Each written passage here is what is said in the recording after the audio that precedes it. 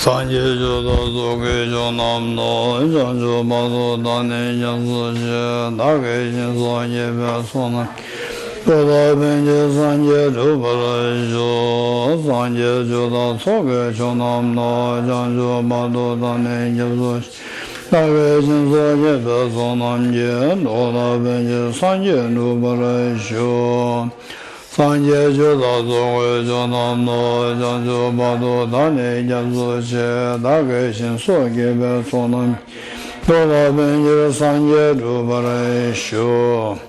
I go for refuge until I'm enlightened to the Buddha, the Dharma, the Sangha, by my accumulations or practice of giving and so forth. May I become a Buddha to benefit all sentient beings. I go for refuge until I'm enlightened to the Buddha, the Dharma, the Sangha, by my accumulations or practice of giving and so forth. May I become a Buddha to benefit all sentient beings. I go for refuge until I'm enlightened to the Buddha, the Dharma, the Sangha, by my accumulations or practice of giving and so forth. May I become a Buddha to benefit all sentient beings. Deyata Om Gate Gate Paragate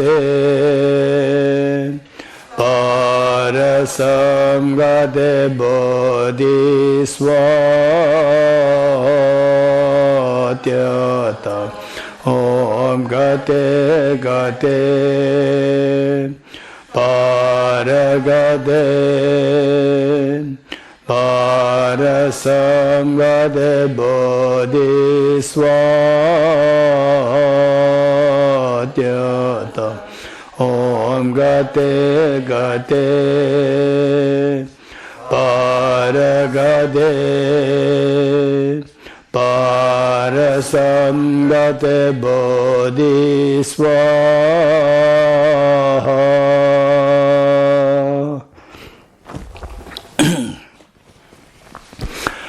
Okay, of the 9 steps, number 4, taking the suffering of others with emphasis compassion. So the great Tibetan masters pertaining to the practice of taking as a part of the Tonin practice is said that you do it with the breath. You would do it with breath, and as you breathe in, say as you breathe in, just imagine that the first of the 3 sufferings, the first suffering of the beings that you can think of, say the people who go through very difficult times, domestic violence, COVID-19, in the hospitals, KFC, then the victims in the hands of the terrorists, and so forth. Just think of these and imagine that they are suffering as you are taking, and they enter through your left nostril as you breathe in the form of, say, very dirty water, extremely dirty water that we can think of through the factories, industries. And if you can do that, then you can incorporate seeing also the miseries of the others in the form of, say, the entering through your left nostril in the form of, say, scorpions, snakes, and so forth, extremely scary snakes and huge scorpions. Whereas some people, they're not happy with that, because even the snakes and scorpions, they're also sentient beings. Why should you have to see them as negative? So if you belong to this category, then remove that part. Just visualize the very dirty waters gushing through your left nostril as you breathe in. As you breathe in, just visualize as all these pains, but they say that you can particularly think of, like the people who are, say, the young children becoming the orphans in Ukraine, and the people dying in the hospitals, and in the hands of the terrorists, the unimaginable pains people go through. Just imagine that you're taking these sufferings, these pains from them, and then they transform into very dirty gushing water, the dirty water, torrents of water gushing through your left nostril as you breathe in. As you breathe in, they go through your left nostril and then go through your heart. And at the heart, you visualize that the self-centered attitude is there. Of course, that's very true. Self-centered attitude is there, but it's really at the heart or not. It doesn't matter, but it's with us. Self-centered attitude. It has been with us since time immemorial. Just it's so relaxed. And suddenly this very dirty water and the snakes and scorpions and so forth, they just enter and then they just eat up the self-centered attitude. There's a fight happening. And if you can be a little creative, you can also think of, your biological heart is also there, biological heart, and imagine that this is actually eating up the self-centered attitude along with the heart. And what will you feel? You'll feel really like taken aback, little shock and fear. If that happens, it is actually the combating the self-centered attitude. When the fear comes to you, that okay, something is happening within me. When that happens, then it is actually combating the self-centered attitude. This is what we have to do. Okay, and then as you breathe out, enter the fight with the self-centered attitude, consume the self-centered attitude, and imagine even the heart is also eaten up. And then all the dirty water, they go down through your body, through your feet, through the underground. Go down. Do it like 3 times. Okay, let's do this together. Okay, before we do it, yes? Please, one detail. We embrace only by the left nostril. The first, okay, yes. Only that. For taking the suffering through the left nostril, yes. Okay. Through the right? No. Get in through your left nostril, get to your heart, and there are the methods like the 3 channels, and forget about 3 channels. Just enter through your left nostril, get to your heart, and the heart, then it fights with the self-centered attitude, it consumes self-centered attitude, it consumes the heart, it attacks the heart, and then it goes down your body, through your feet, down under the ground, go down. Yeah. 3 times. So before we do it, just think of any specific suffering of others, like the animals being killed for KFC food, or the people, the captives in the hands of terrorists, or the COVID patients, in the ICU, so like that, and the people small children, who become orphans in Ukraine, and so much suffering going there, and domestic violence happening. Just think of these first.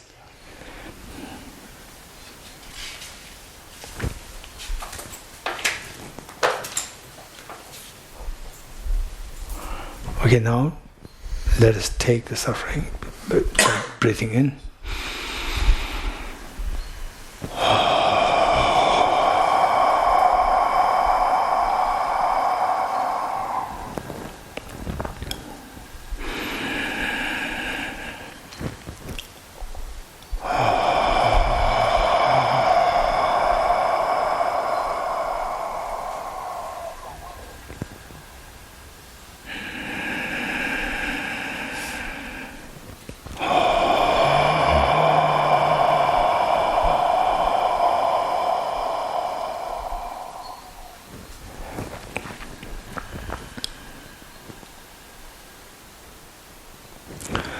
Okay, next suffering change.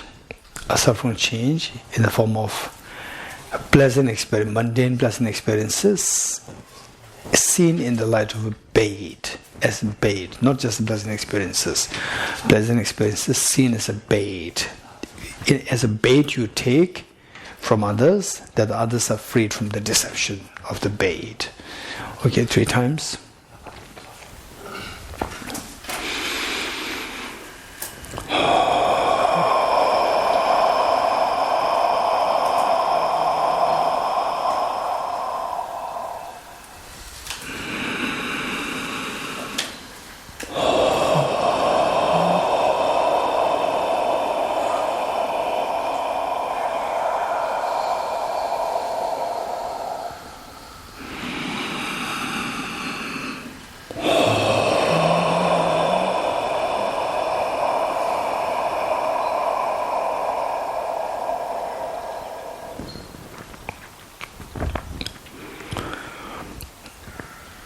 Okay, next suffering, that's pervasive conditioned suffering in the form of involuntary birth, in the form of of lack of control due to the afflictions of good time karmas, in the form of the masterminds of all the miseries. You take the masterminds of the miseries from all the sentient beings 3 times.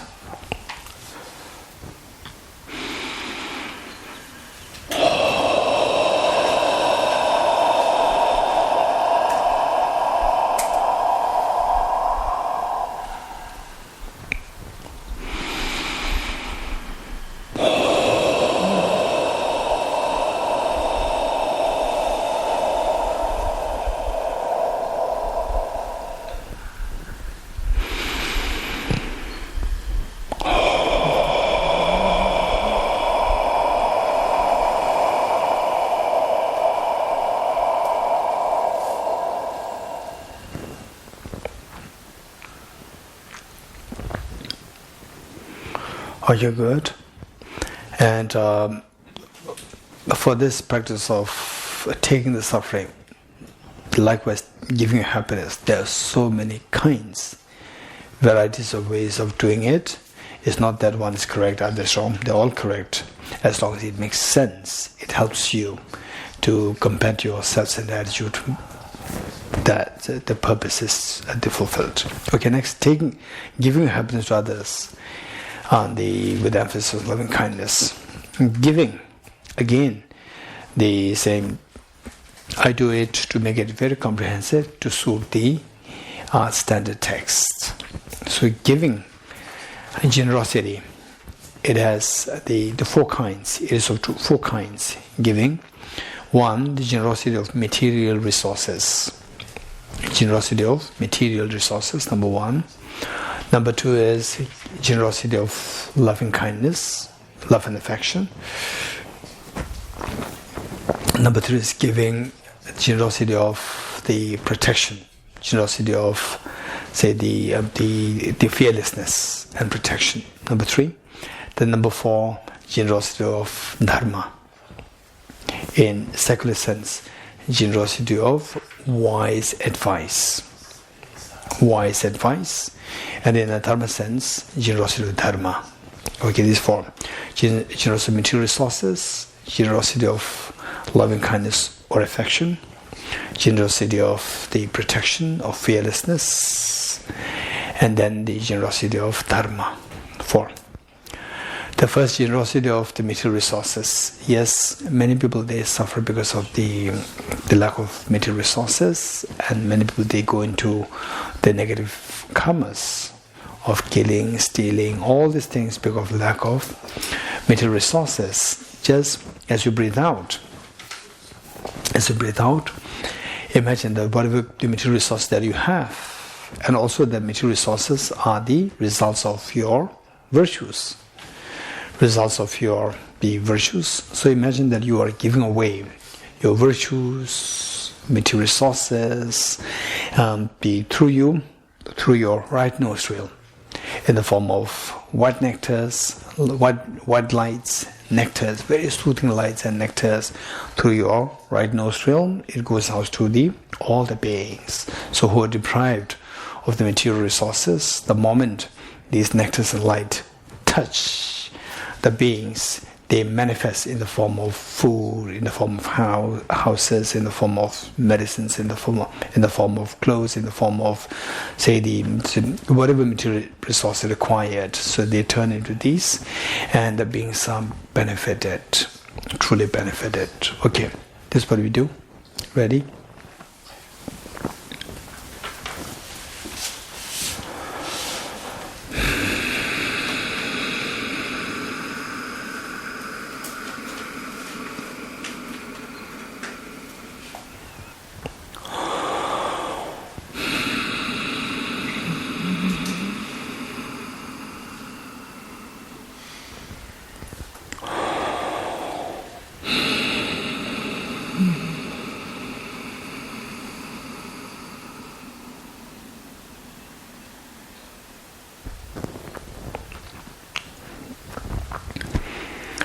Okay, good.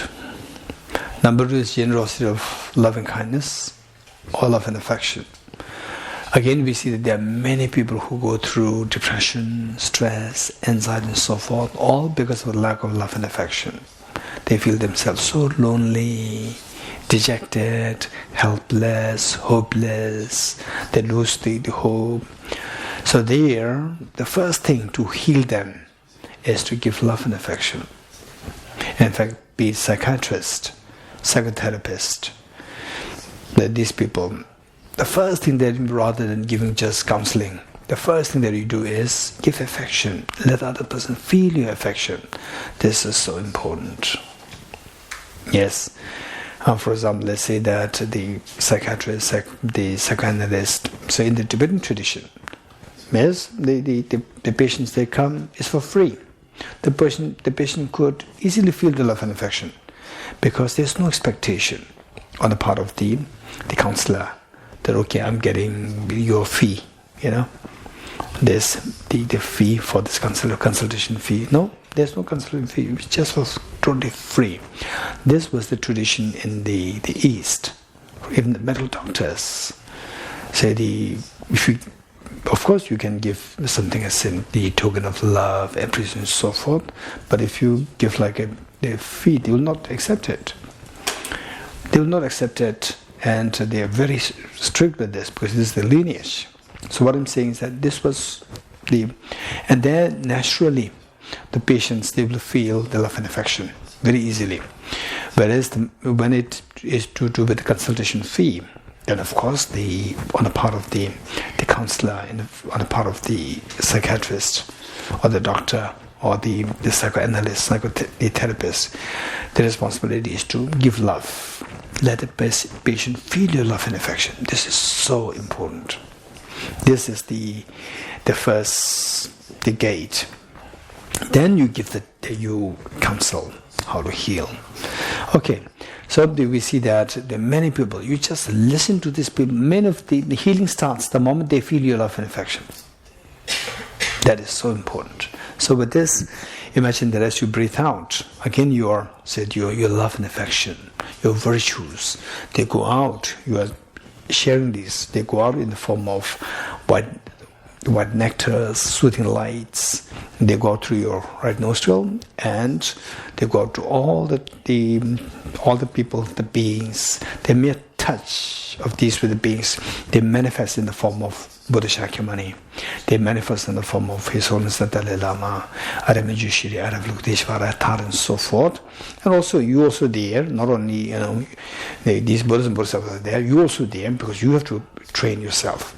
You're also there, and then just imagine that you are listening to these people who are going through low phase of their life, stress, depression, anxiety, lack of love, and so forth.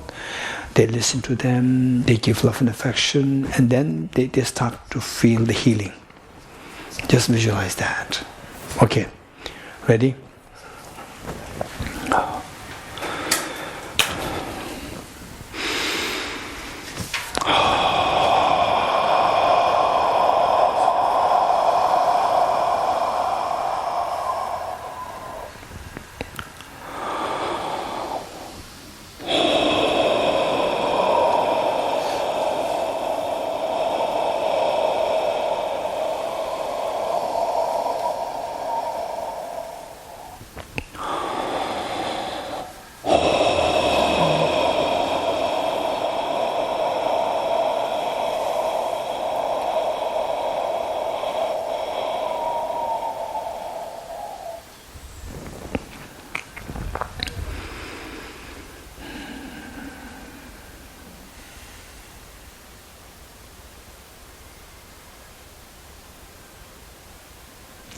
Are you good?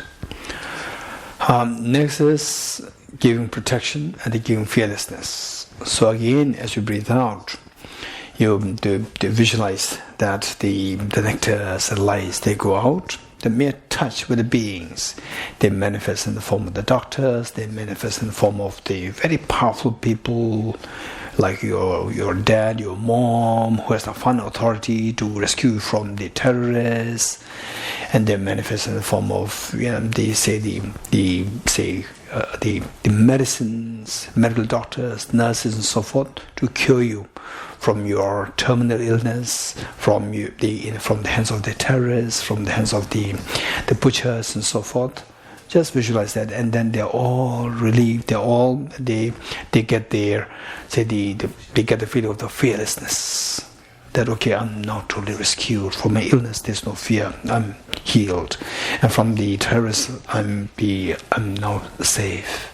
So like this, you visualize the same thing. Yeah, and if possible, if you can, let's say they given the protection there. Say this one way, and if you can go a little more, say the extreme. Then, for example, like the terrorists, you can just visualize that you are actually going there. As you notice, go there, then you manifest there, and then you talk to the terrorists.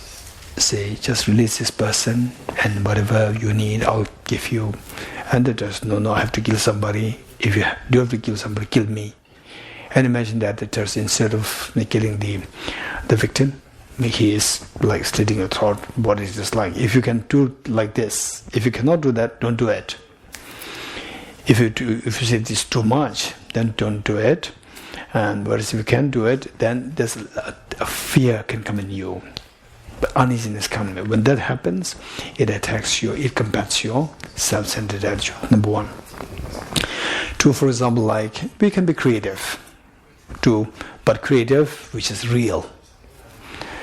Say in the hotels, say the cooks, they pick up the big crabs, big fish, and the crabs, they put into the boiling oil.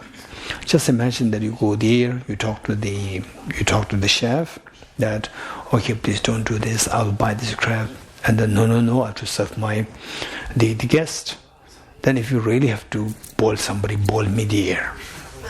Right? Just imagine that then the chef picks you up and throws you into the. Just see what is that. If you can do it, it's very effective. But don't force yourself. If it gives you a nightmare, don't do it.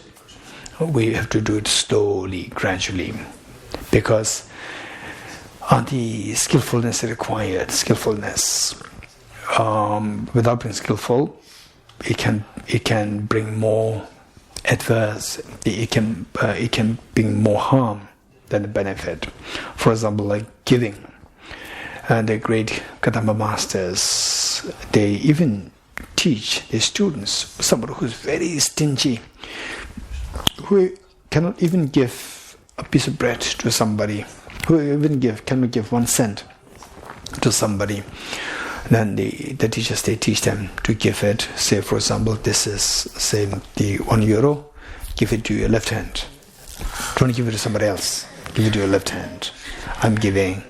And give it to your right hand. I'm giving. So this is the skillfulness. No. You can't even give $1, but €1. No, give €10. What is there? No, but the person, for you is easy, but for some people it's so difficult. They are not trained from the past lives. So these are trainings given. Where you cannot give €10, don't give. See if you can give €5. If you find it difficult to give €5, don't give. See if you can give €1.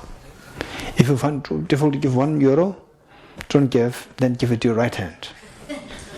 So this is how you practice it. So what I'm saying is that those who can do it, and you can feel that, it's really scary, right? That I've been put in the hot boiling oil. Scary, but then it does not really make you go to the extreme of really like becoming paranoid and become insane, hysterical. Don't go to if there's a danger that you can go to this extreme, don't do it. Just do that. You send the light, the nectars, very soothing light rays. The mere touch of the beings, they turn into the medical doctors, very powerful people to rescue you, rescue the beings. People, they meet with their parents, they meet with their children. They feel so happy, so secure. Just do this much. That's good enough. Okay, ready?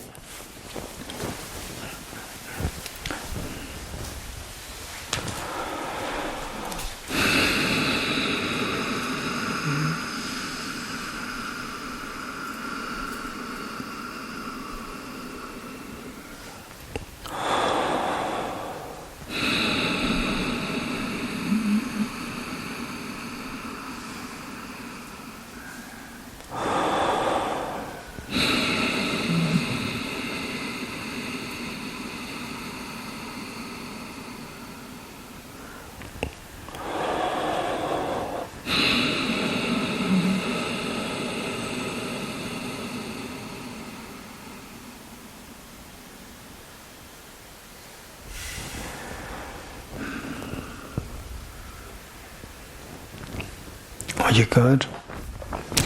Next, the generosity of Dharma. Generosity of Dharma, 4. Number 1 is why the beings are suffering? It's because of no teaching on renunciation, no teaching on how to refrain from negativities. So they give the dharma of the renunciation.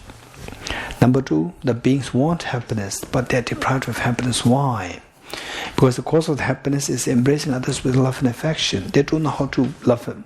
They give a genuine love and affection towards others. Teach them. Give them the dharma of bodhicitta. Number 2.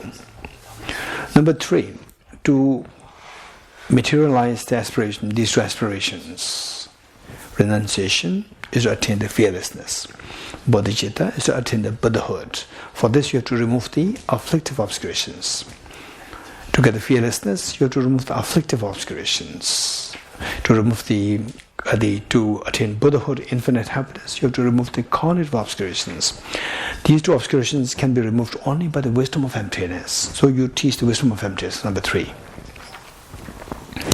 And then, how quickly you want to help the beings. You want to delay or you want to right away, as quickly as possible. For that matter, you have to expedite the path. Help them to reach their goal as soon as possible. So that is by the practice of mantrayana.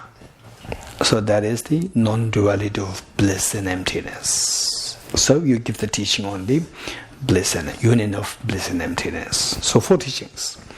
Renunciation, in order for them to be freed from miseries, or in order to have them to experience the fearlessness. Bodhicitta, in order for them to experience infinite happiness. So without these 2 aspirations, the person will not work. Then to materialize these 2 aspirations, you then teach the wisdom of emptiness. To expedite the path, you teach the union of bliss and emptiness. Okay, this is how we do. Again, so for the renunciation, 1, 3 times. Bodhicitta 3 times. Wisdom of emptiness 3 times. Union of bliss and emptiness 3 times. This is how we can do. Ready? The first renunciation. Just renunciation means to give them the teaching on the 4 seals. Give the teaching on 4 seals. This will help you to refrain from negativities, because of which you will experience the fearlessness. Okay, this is how you give the teaching on 4 seals in order for them to feel the renunciation. Ready?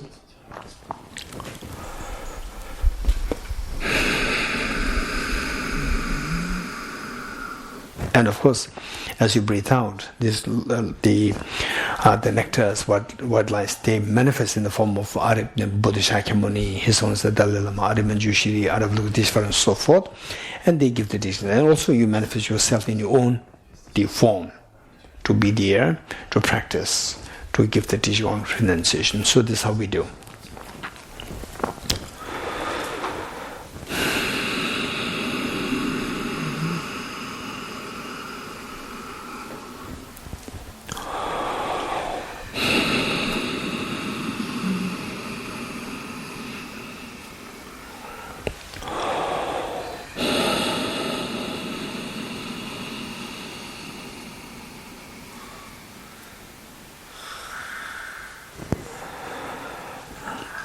And next, the teaching on bodhicitta.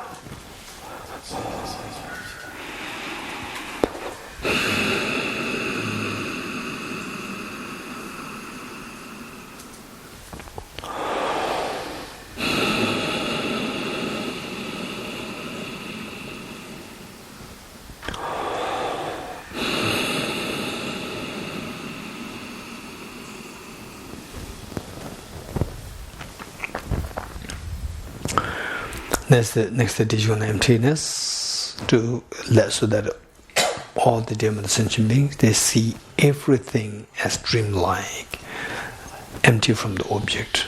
3 times.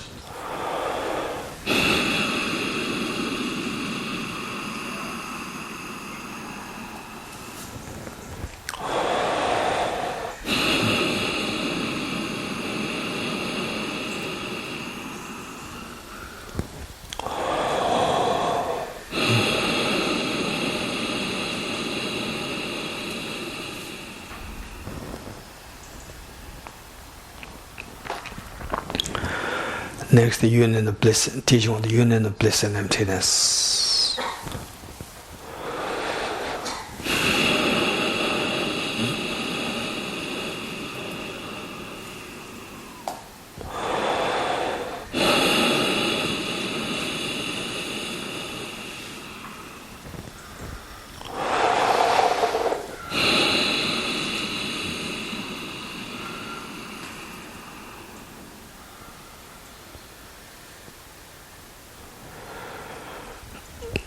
Okay, good. So this is the Tonglen practice, step number 4 and step number 5. Okay, what is step number 6? Anyone?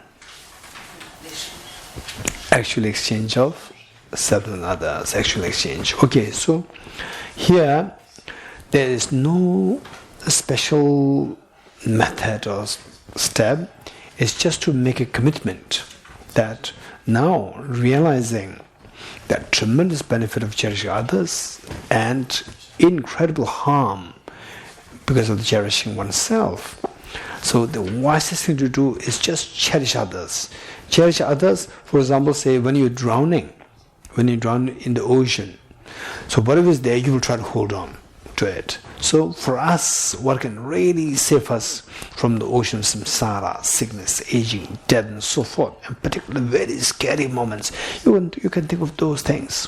What you watch in the National Geographic channel, History channel, so forth, how in the forest, the wilderness, how the animals have to live in fear. One animal just being chased by others, and anytime we can take birth as one of these, anytime, is very scary.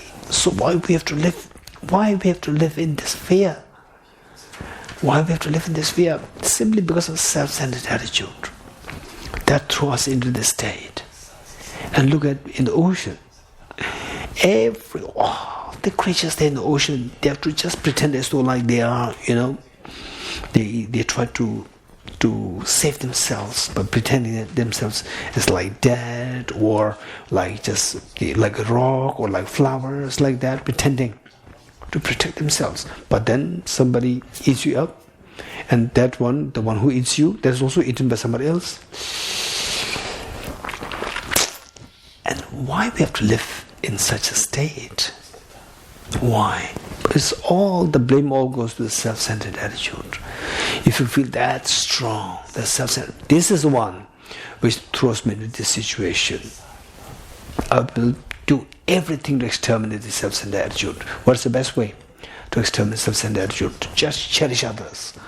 Like you're down in the ocean, anything that you just grab, get hold of this. Likewise, get hold of the other cherishing mind to save yourself from all these deadly, situations. Other cherishing mind. This is what saves you. So when you feel like cherishing others, okay, I'm doing something for you. No, you are helping me. When you cherish others, when you help others, you are helping me. When you see that you are helping me, you will never feel tired. When you feel that I'm doing something for you, you will feel tired. So when you feed yourself the breakfast, you don't feel tired. We have been feeding ourselves the breakfast for all these many years. I'm 55. 55 into 365 times. I never feel tired to feed myself. But if you tell me to feed somebody for 1 week, I will give a second thought. 1 month, sure. 1 year, no way. Right? Because you will feel tired, because you think that I'm doing something for you. Whereas when you do something for yourself, for me, it's fine. For others, I'm doing something for you. Whereas now if you can swap this thought, when you do something for others, when you cherish others, when you be kind to others, you are doing something for me. Because you are saving me from taking birth in these situations, very deadly situations. You are saving me. Then this is like doing something for yourself. You are actually helping me. You feel so grateful. You will never feel tired. Burnout will not happen. So this is how we have to practice. So with this, the moment you think of cherishing others, joy comes in you. This is the mark of the success of your practice. When you feel that, okay, cherish others. Oh, I have to help that person. When you feel the joy, oh, now I'm getting opportunity to say no to self-centered attitude, to combat this self-centered attitude. I'm getting this opportunity. Because stronger you're cherishing others, self-centered attitude will become smaller. That is the mechanism, how it works. So when you think of cherishing others, you feel joy. That, okay, now look, you're grabbing at your mom, and then you say crocodile is dragging you down, and you are holding on to your mom. If your mom is stronger, you'll be happy or not happy. If the mom is bigger than the crocodile, you'll be very sad. If your mom is stronger to pull you, then you'll be very happy. So other cherishing mind is like your mom saving you. Self-centered attitude like the crocodile dragging you. So when you feel that, then cherishing others is actually helping me. You're so kind. It's not that I'm helping you. You are helping me to destroy this self-centered attitude, destroy this demon which drags me into samsara, which drags me into all these fearful states. So when that happens, if naturally when you are to, for example, here, say when you get opportunity to help the Venerable Elizabeth, right? Okay, I'm helping Venerable Elizabeth. I'm helping the Kalachakra Center. No, I'm getting the opportunity to say no to my self-centered attitude, right? You see that as a great opportunity to help you, protect you from the future, very scary the states. When you feel that, then you are a real Mahayana Dharma practitioner. If that is not happening, we have to work harder. Okay, good. So with all these reflections, step number 1 through to step number 5, you become so convinced that cherishing others is so beautiful. That is my savior. That saves me from all these deadly situations, very fearful situations in the future. That is my savior. When you feel that, then henceforth, then number 6, step number 6, henceforth, if I get an opportunity to cherish somebody, I'll cherish others more than to myself. Henceforth, if I were to be indifferent, to somebody, I will be indifferent towards the self rather than towards others. This is known as make a very strong commitment that I will always cherish others. Cherishing others is actually my saving myself. It's the wisest thing for me to do. And cherishing myself is the most ignorant, the most silly, stupid thing, unwise thing for me to do. So I'll never cherish myself. I'll cherish others more than to myself. So this commitment you have to make. It's making commitment, that's it. There's nothing extra practice as such. Make a very strong commitment that henceforth. This is how we build the willpower to cherish others. Okay, what is next?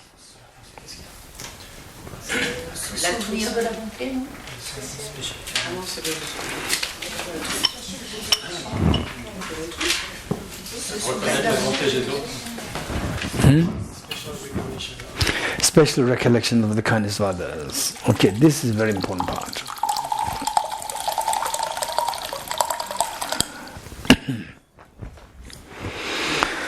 Special recollection of the kindness of others. So we are talking about last time, I think it was Kusala. Kusala raised hand. Okay, Kusala said that how we can build this love and affection towards others. What is the mechanism?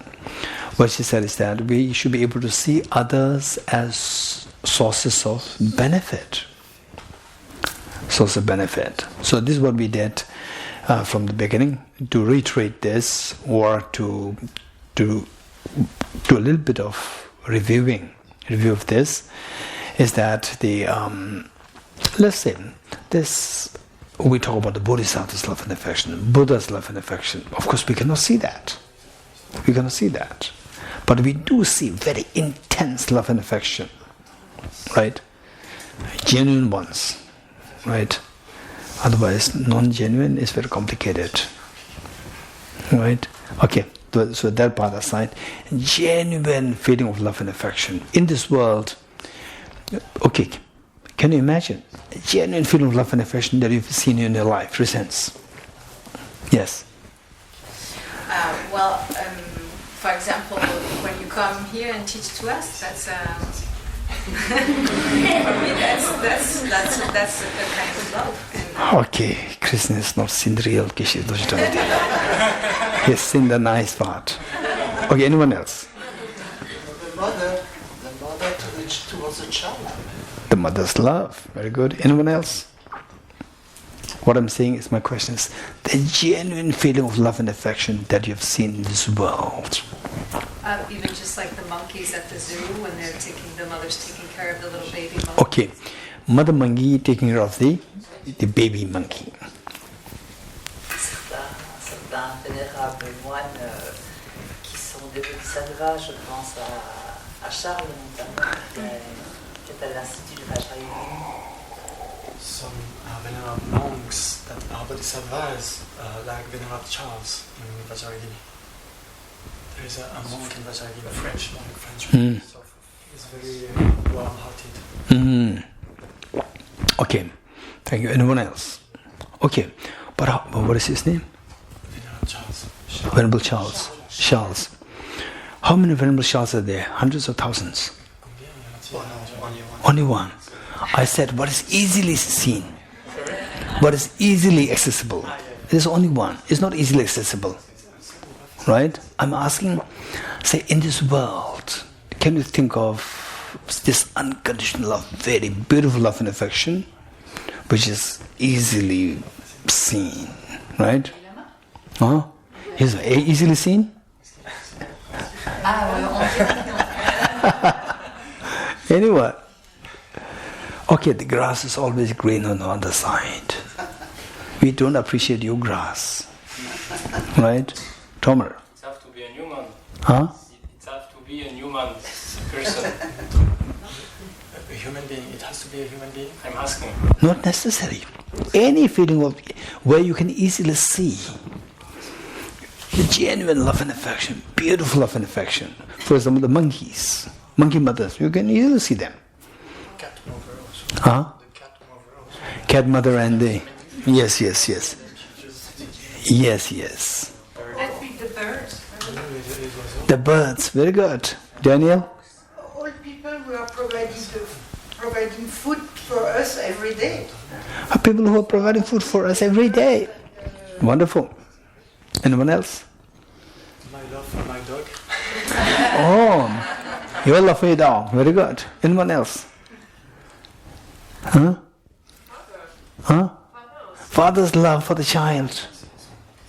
Anyone else? Friendship between two people, like deep friendship. Deep friendship between two people, genuine friendship. Yes, this is also very possible. Anyone else? Okay.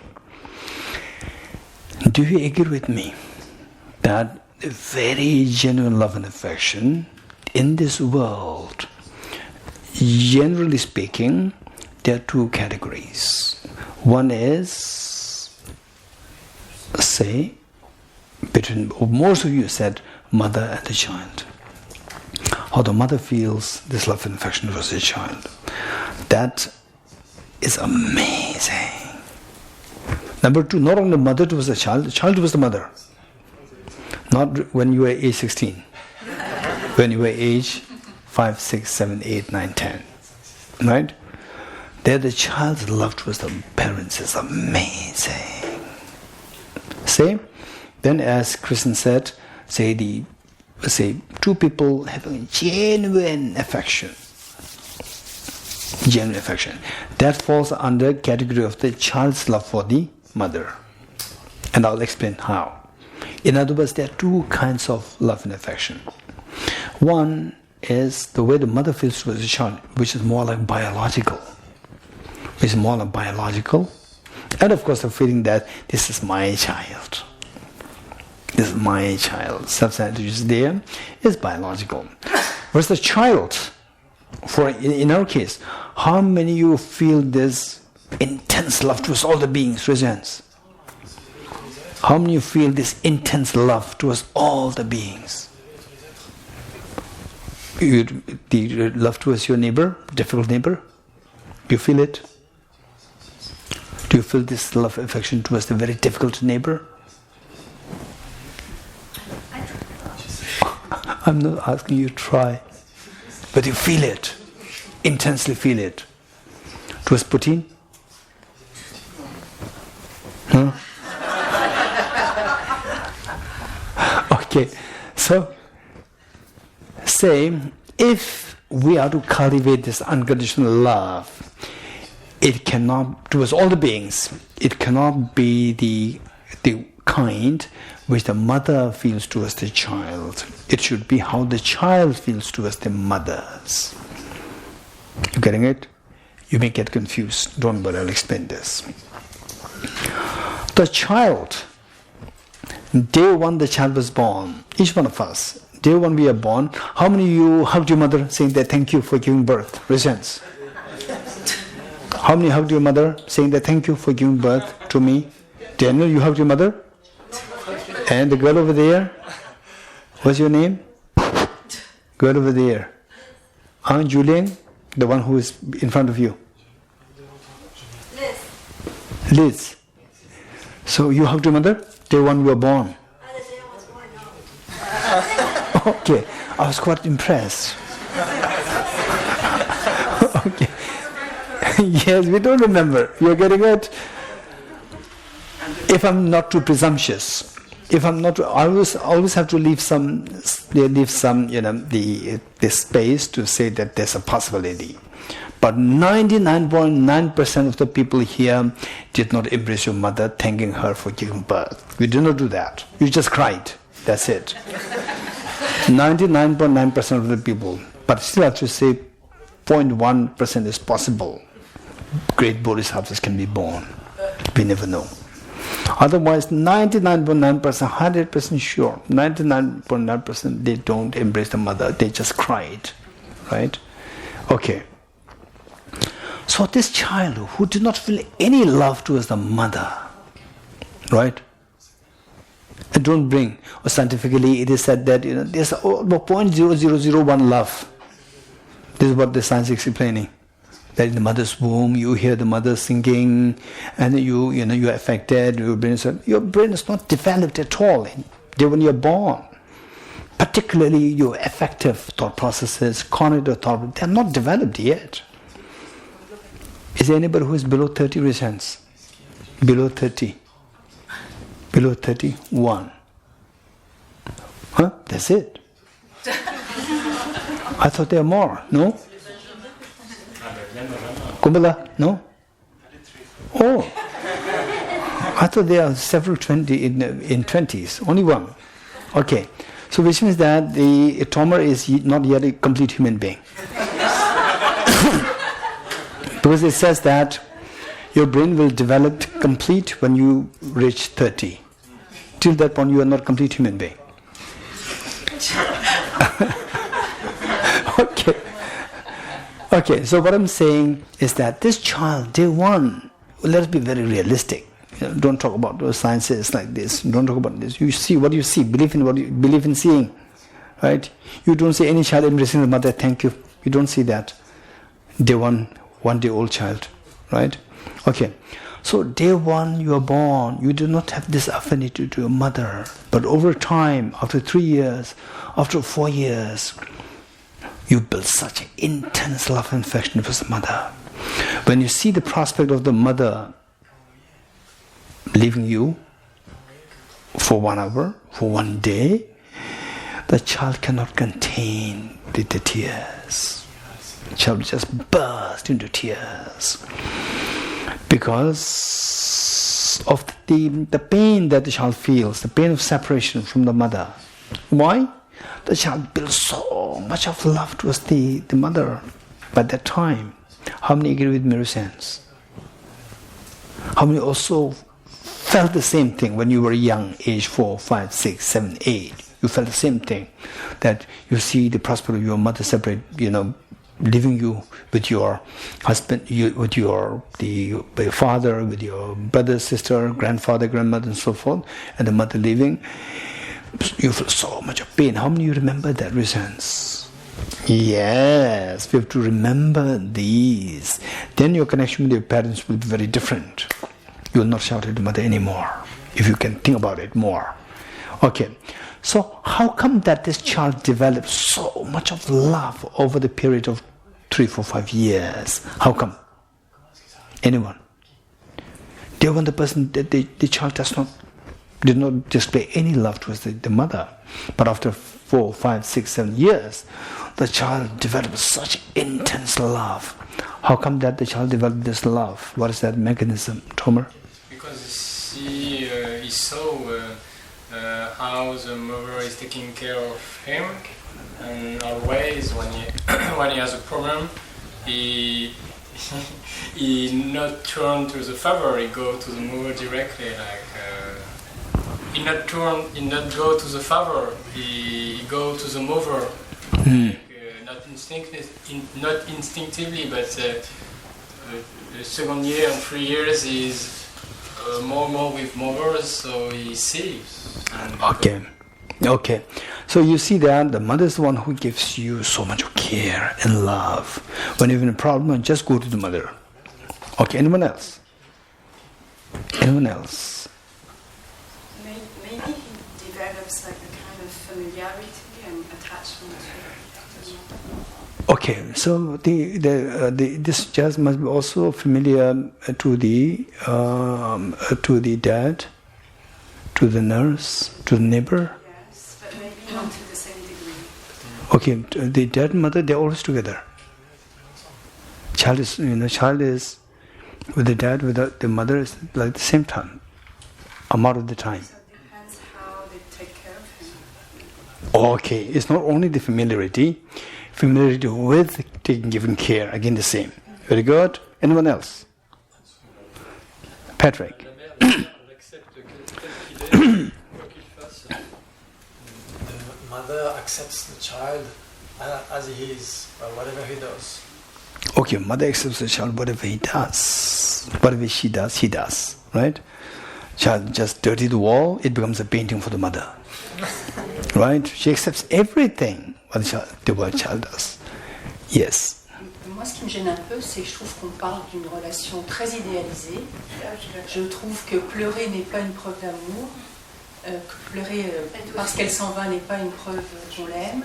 Il y a des mères qui ne sont pas du tout inconditionnelles. Donc j'arrive pas à répondre à la question à cause de ça. Je suis gênée par ça. So I got some difficulty with that because it seems the ideal situation to have a mother like this, but it's not always the way, that situation, and the fact that we cry when she goes away is not necessarily a proof of love. Okay, what is the proof of that? What does it prove then? When the mother is leaving, the child cries. Why? Ça pourrait être une preuve qu'on dépend tellement d'elle qu'on a peur pour sa propre sécurité. Par exemple. Maybe a proof of dependency because we are afraid for our own security. Yes, of course. So therefore, dependency means I depend on you, right? I depend on you. I depend on you means your mind, where the mother goes, you go after the mother. This means your mother. You go closer towards the mother. You go closer towards the mother. What makes you to go closer to the mother? Your mind goes closer to the mother. So your mind going closer to the mother is known as mind feeling love towards the mother. It's not the romantic love.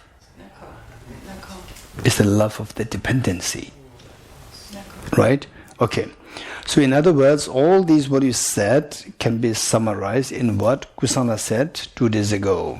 That the child gradually realizes that this mother is a source of benefit. This mother is the source of your happiness. This is what the child discovers. This is what the child discovers. So where you see the source of happiness, where you see the source of benefit, your mind will go after that.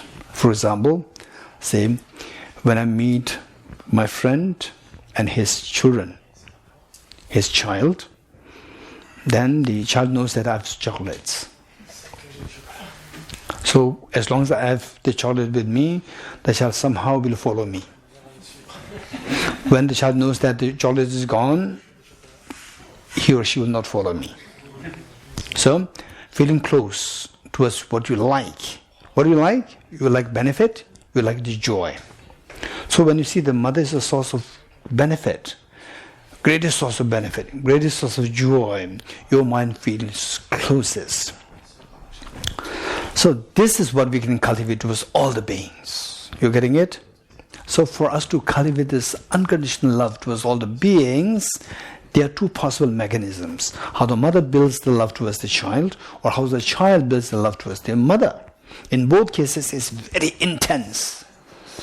So you can do one of these two. Mother towards a child, it is biological. We cannot have the biological feeling towards all the beings, to be very honest.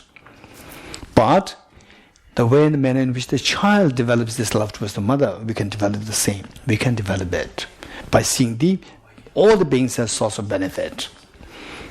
But the question is, how can we see all the beings as the benefit? Because beings are very complicated. They don't give you benefit. They give you less benefit. They steal your benefit. Right? So how can you see the benefit of the beings?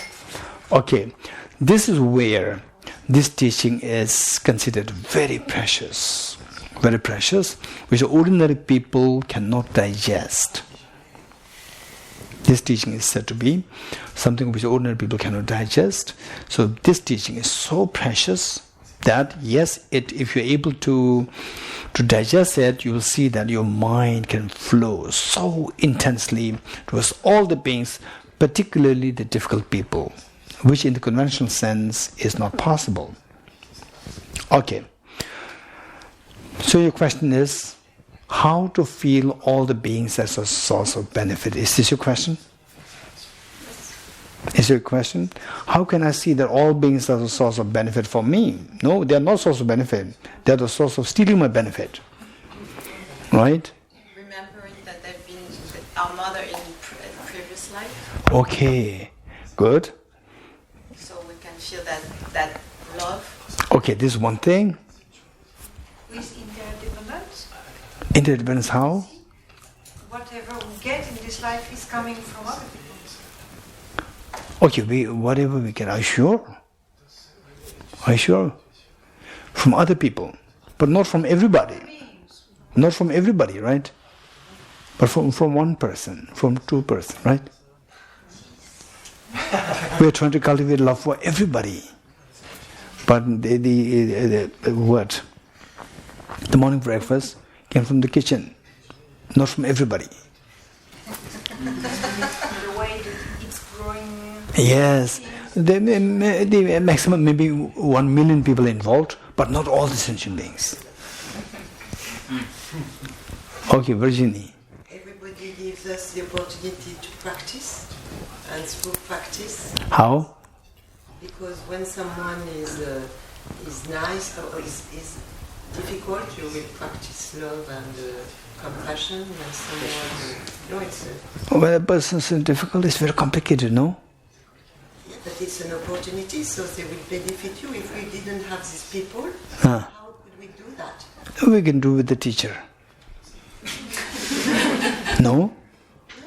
Oh, without the teacher you cannot. No, because the teacher is kind.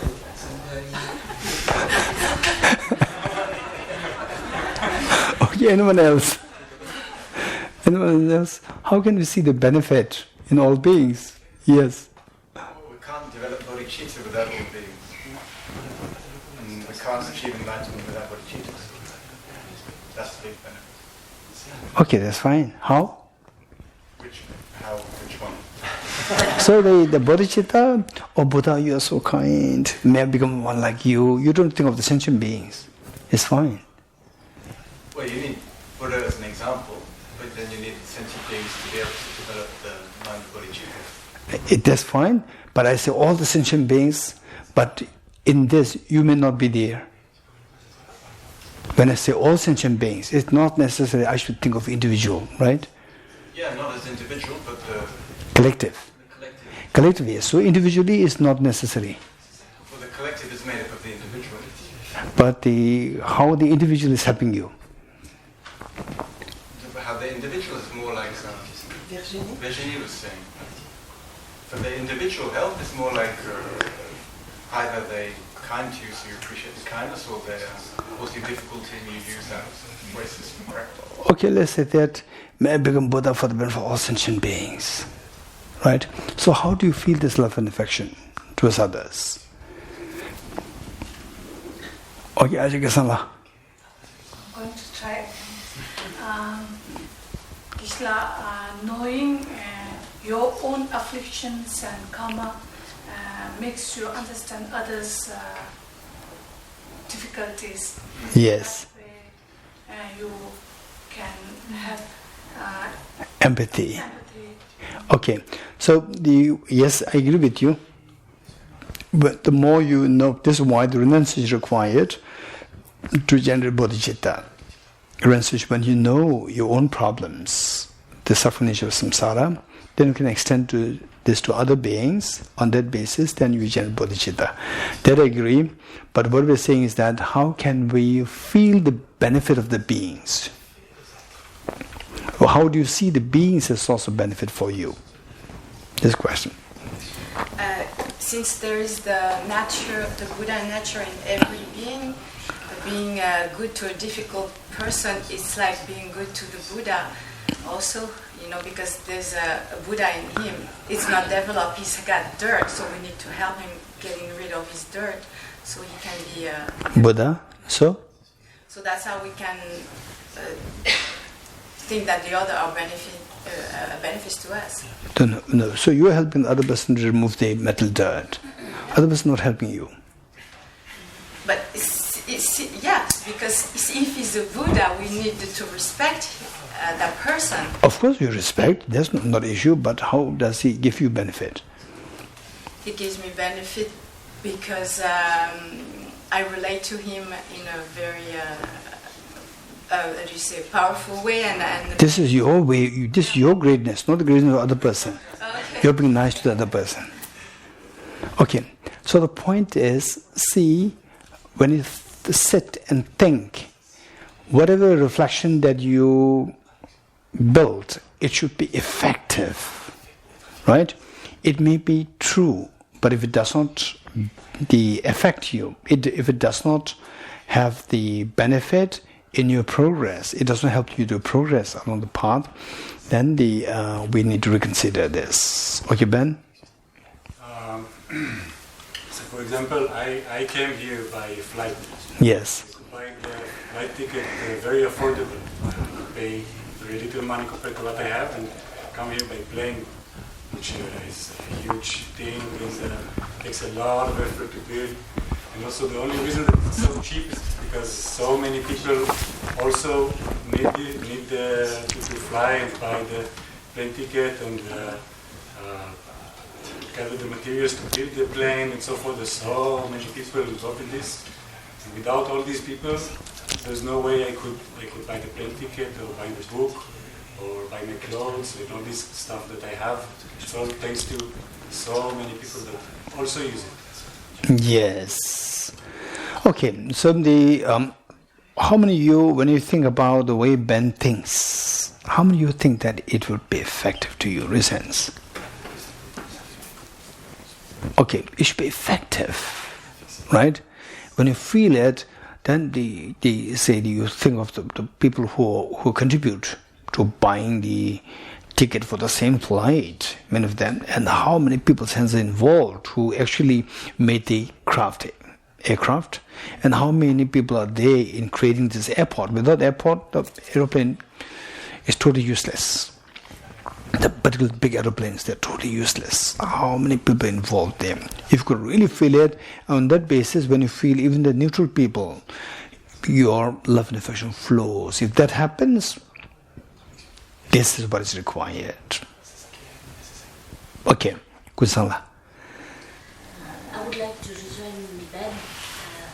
Since the day we born, the clothing, the fooding, everything, and the education we get, everything is because of all the people we don't even know. So like this we can generate love and affection. Perfect. So this is more like, say, the ramification from what Ben said, in extension from what Ben said. In other words, all good things that we get, they are by dependence on others' kindness, on others' efforts, Only through this that we get the benefit of these things. Okay. So in other words, I appreciate all these answers, but in a practice, we need something very comprehensive. That is, it should not be too scattered. Very comprehensive. So, one thing that I may suggest is that the same benefits. What benefits are there? First, let's try to think of the benefits very comprehensively. If I tell you that you should take charge of the Paris city, you should take charge of the Paris city. You're made the governor of the Paris city. First, what will you do? You will try to know the Paris completely. Yes, you will try to know what is Paris. Right? You will not go to Belgium. You will not go to South America. You at least study what is Paris. How many people are there? What are the problems of the Paris? Right? You will study that in a very comprehensive way. How many agree with me in a sense? You will try to learn Paris very comprehensively. Likewise, when you talk about the benefits, what benefits do you, are you seeking? How many benefits? Say Ben gave us one example of the aeroplane, the cheap ticket, and then Gunsalam talked about the education, the food, and then what else? In this step, I think it's important to think about the difficult people in particular. I think the special recollection of the kindness of others. So the benefit that you get from the difficult people, right? That was the first question. Okay. So in other words, do you agree with me? First, we have to think what benefits are there I'm seeking. You're getting it? That benefits, we see that, for example, say the food that we talked about. The food. You get the food. Is it lasting or is it temporary? It's temporary because you have to eat it every day. Right? You eat the food one day and now it's finished. Now I don't have to eat the food the rest of my life. No, it's very temporary. You get a benefit, this is a benefit. But it's very temporary. You have to do it repeatedly. You want it, you need it repeatedly. And then what about Buddhahood? That's right. Is it the temporary or lasting? Lasting. Huh? What is it? It endures. It's lasting. So with the benefit, we see that one kind of the benefit is temporary and the other one is lasting.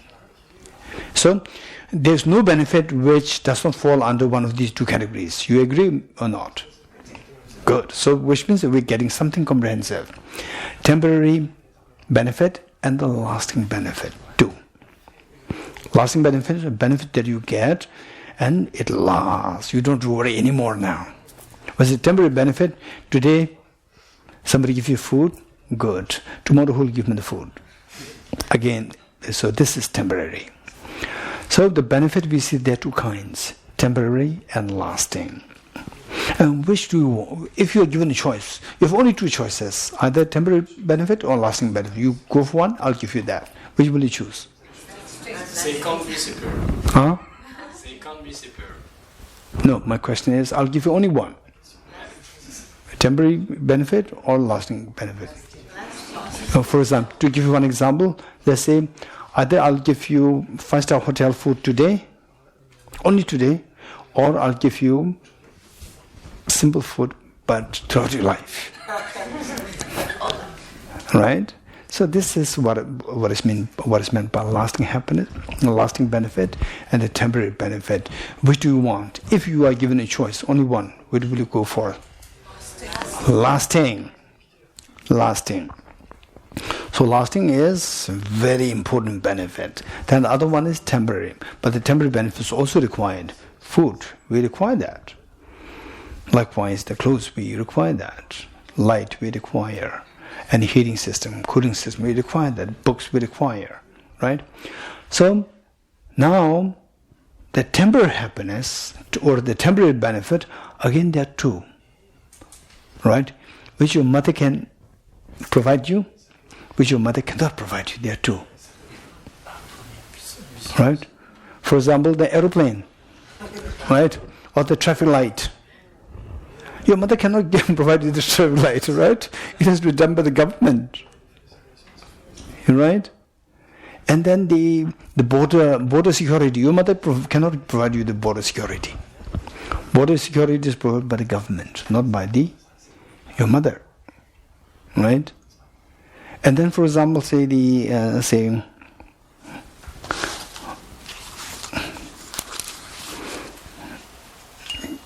this pen, I don't know how much, how much we paid.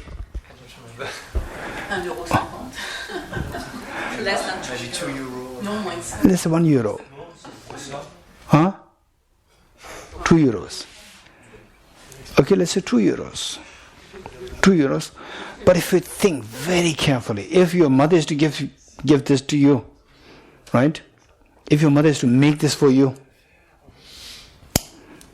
if your mother is to make this for you, but then, what Ben said, that do you think that even the kings and the queens 2,000 years ago, they had the privilege of using this pen? Why not? It's very cheap. Kings and queens, they have the whole wealth of the kingdom. Why not? Anybody? It wasn't invented yet. Huh? It was not invented. It was not yet invented. What do you mean by invented? Because it was a kind of writing with the feathers. Who invented it? Somebody. Yeah, humans, like ingenious. Yes, somebody invented it. Somebody.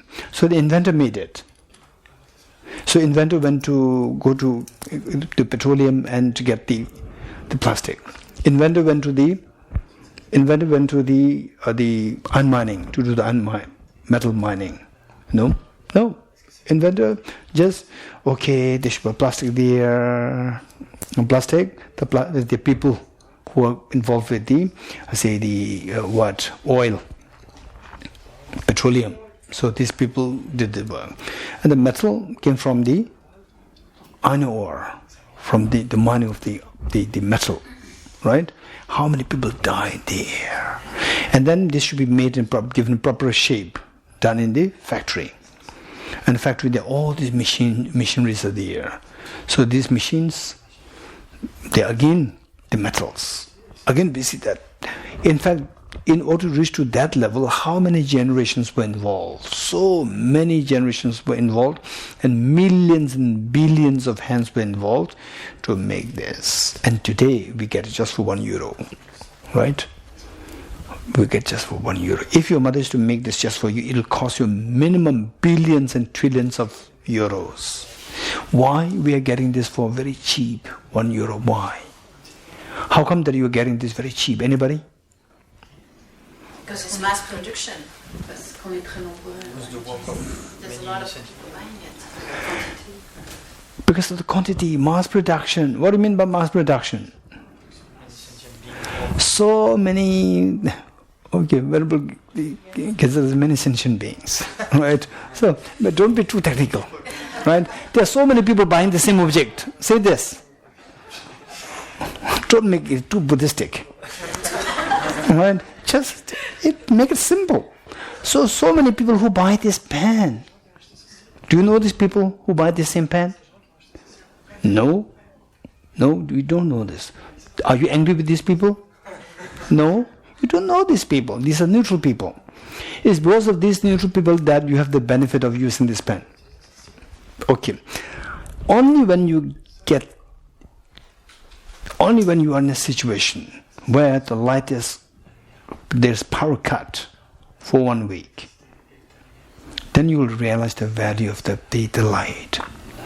Only when you realize that you have no proper drinking water, you realize the benefit of a glass of water, you'll feel it so precious. Okay, so with this we'll realize that 1,000 years ago, if the kings and queens have this pen, this will become one of the treasures of the empire, of the kingdom. Yes, no. It will not be seen. It will be put in the treasure, the treasure box. It will locked up in the treasure box. This becomes the pride of the whole kingdom. But today, you use and throw. Right? $1 or €1 is so cheap. Okay. So likewise, you think like this. In other words, we see that there are things which your mother cannot provide. You're getting it? Immediate benefit, but which the mother cannot provide. Like aeroplane. Right? You can fly aeroplane very easily. And some people may think that, okay, but what is his name? Bill Gates. What is the other man? Elon Musk. Right? Oh, they have the aeroplane. But they have to really worry about the way will I park my aeroplane.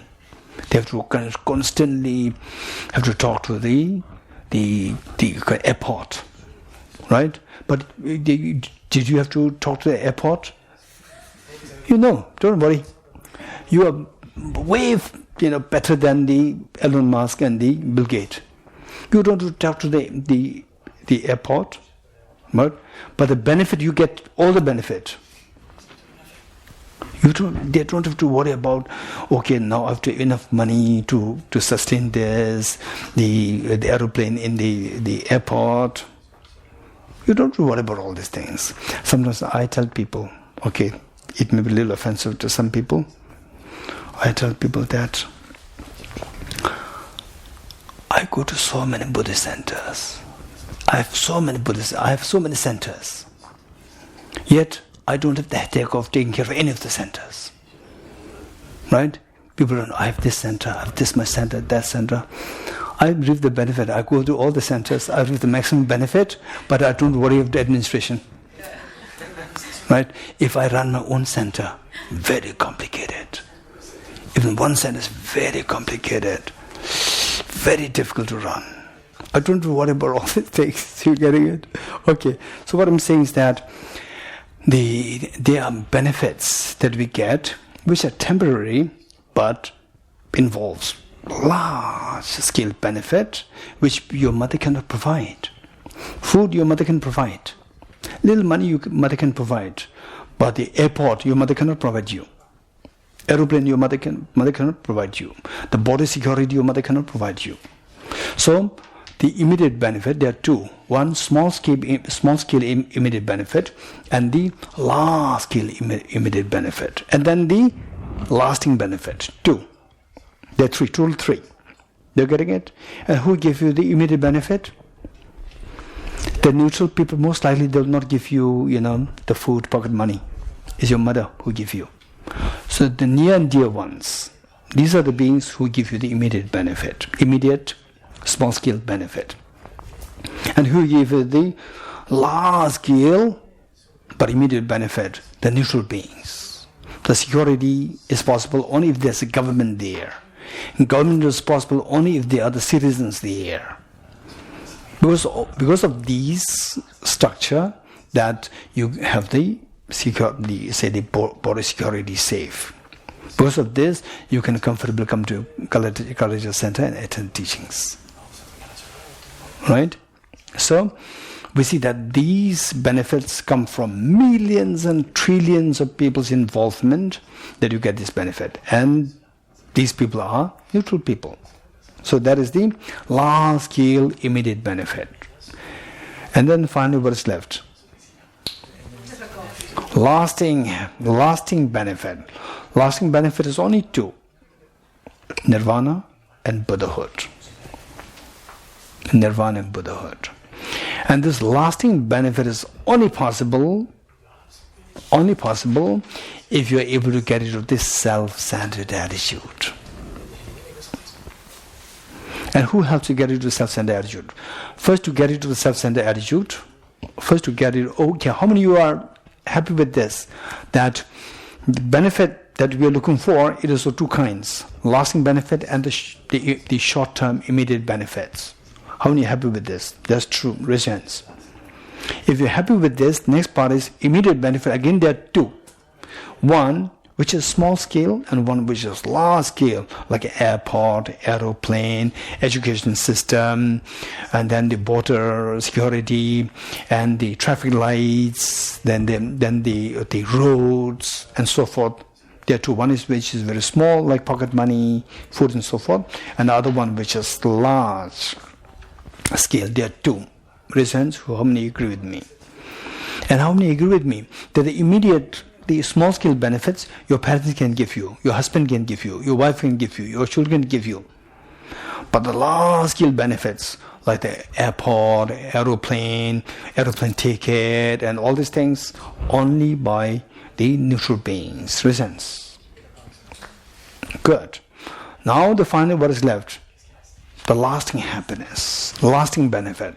Lasting benefit is the Buddhahood, where you don't have to worry about anything. Your happiness is expansive, infinite. This is possible only through getting rid of this self-centered attitude. That is the only way. Self-centered attitude, you have to remove this. In other words, cognitive obscurations. You have to remove the afflictive obscurations, cognitive obscurations. You have to remove that. And the cognitive obscurations, okay, afflictive obscurations, we can identify them pretty easily. Anger, attachment, and so forth. And the cognitive obscurations particularly can manifest in the form of self-centered attitude, subtle self-centered attitude. Subtle self-centered attitude which the adults have. So this you can identify only with the help of the difficult people. Only with the difficult people, they can help you to identify that you have these very subtle mental developments in the form of self-centered attitude, which stops you from attaining the highest happiness, which is Buddhahood. Okay, how many go for annual checkup? Annual medical checkup. Annual medical checkup. Okay, Tomer knows it, what I'm saying. Right? Okay.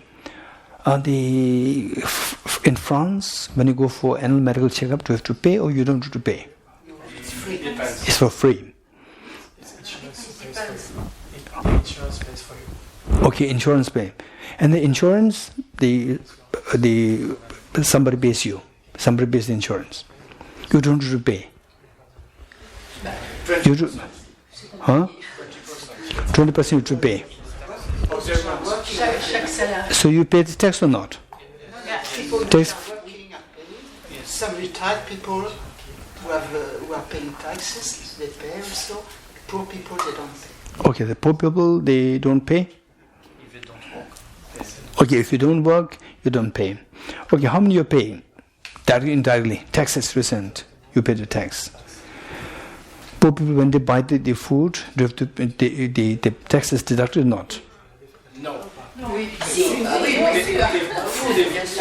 When they buy food? Indirect taxes, yes. When they buy food, tax is deducted? Tomer doesn't know that. Right? Yes. So two kinds of taxes, direct and indirect. Right? You buy something, tax is deducted. Indirect, tax is deducted. Right? So these tax you are getting in the form of pension or free food, free this. Actually, it's the tax that you are paying. Right? Okay. So those of us who are paying directly or indirectly for your checkup, you're paying. Right? You're paying something. So what do you mean by medical checkup? Annual medical checkup. What do you mean by that? Preventive medicine. What do you mean by preventive? Heavy sickness, yes. Huh? It prevents heavy sickness. No, the point, what I'm saying, why are you going there? Because why?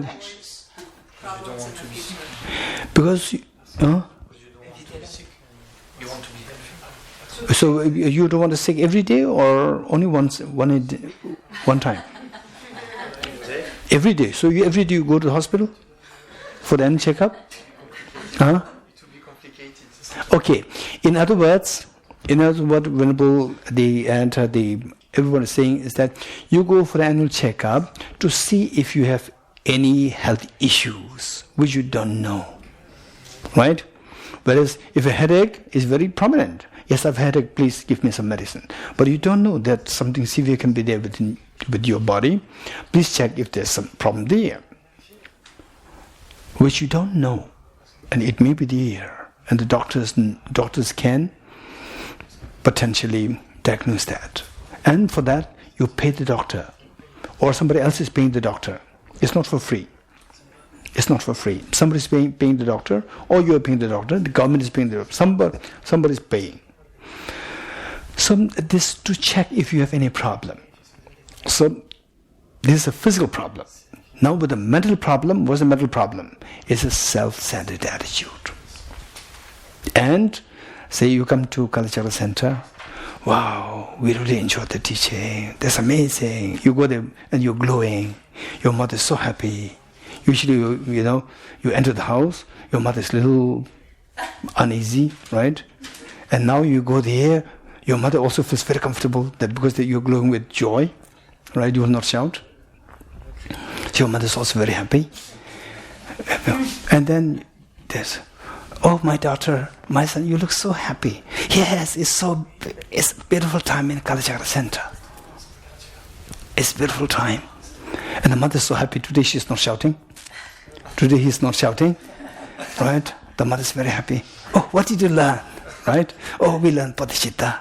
We learned 8 verses of mind training. Right? The mother is not interested in 8 verses of mind training. But simply to make her happy, we say, what is 8 verses of mind training? Right? She is so happy. Okay. And then the neighbor knocks at the door. Knocks at the door. Hey, you threw garbage next to my door. I said, no, I did not do that. No, you did it. You came and then the garbage, it was not there before. Right? And then you're about to say, hey, right? Watch what you're saying. You're about to say this, and immediately you remember Kalachakra Center. Right? Oh, you put it there. Right? No, I didn't. I'm serious. I did not do this, right? No, you did it, right? And then, okay, now enough is enough. Enough is enough. So your mother could not identify, what is this enough is enough? Anger, self-centered attitude, right? Your mother could not identify the self-centered attitude in you. Your mother thought that you have already become enlightened. But your enemy is able to identify that you still have the disease inside. You still have the disease, right? So only when you identify this disease, oh, that's true, I'm not enlightened yet. I still have the disease in me, self-centered attitude is within me, right? So this is a very subtle one. Earlier it's very gross. Now it has become subtler. The subtle one is diagnosed only by the help of the difficult person. So therefore, only when identified, then you can fix it. And you don't have to pay your neighbor.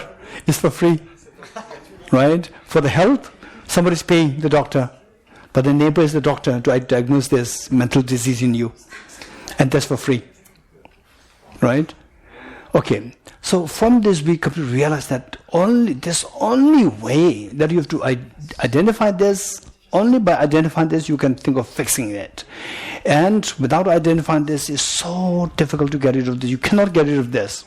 So who helps you identify that? That is the one who is so kind, so beneficial. So this identification helps you to attain the lasting happiness. That's the Buddhahood. Who helps you to attain this lasting happiness? Whoever helps you to attain the lasting happiness, that is the one who is the most beneficial to you.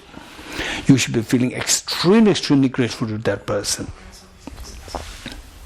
So for example, let's say that your mobile, we all carry the mobile with us because it's very useful.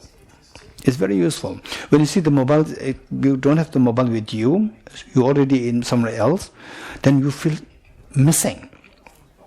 You feel that you become handicapped. The mobile is an inanimate object, But because it's so beneficial, you just feel like keeping it with you all the time. So likewise, this enemy is so beneficial for you to become enlightened. So he or she is the one to give you the lasting happiness. So of the three, if to be very objective, don't think that this is my mother, this is my husband, wife, children. Don't think like in that sense. In terms of the benefit, somebody gives you the immediate but small scale benefit. Somebody gives you the immediate but large scale benefit. Somebody who gives you the lasting benefit. Who do you think one will feel the closest? The one who gives us the lasting benefit. Who's that? The difficult people. So from this we see that difficult people are the ones who, if you can think properly, your mind will flow most intensely towards. That is the love and affection. So love and affection will flow most intensely towards your difficult people, next to the neutral, next to the near and dear ones. This is how we feel so loving, caring, or in other words, our mind will feel close to all the sentient beings. That feeling of closeness is known as feeling of love and affection.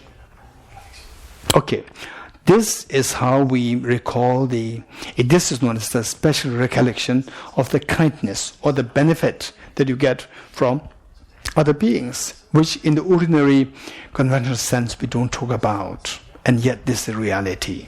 So with this you see that your mind flows so freely towards all the beings. Okay, so this is the cultivation of the universal affection is already 1246. Yeah, we'll stop here. Diyata Om Gade Gade Paragade Parasam Gade Bodhisvatyata Om Gade Gade Paragade Parasam Gade Bodhisvatyata Om Gade Gade Paragade Parasam Gade Bodhisvatyata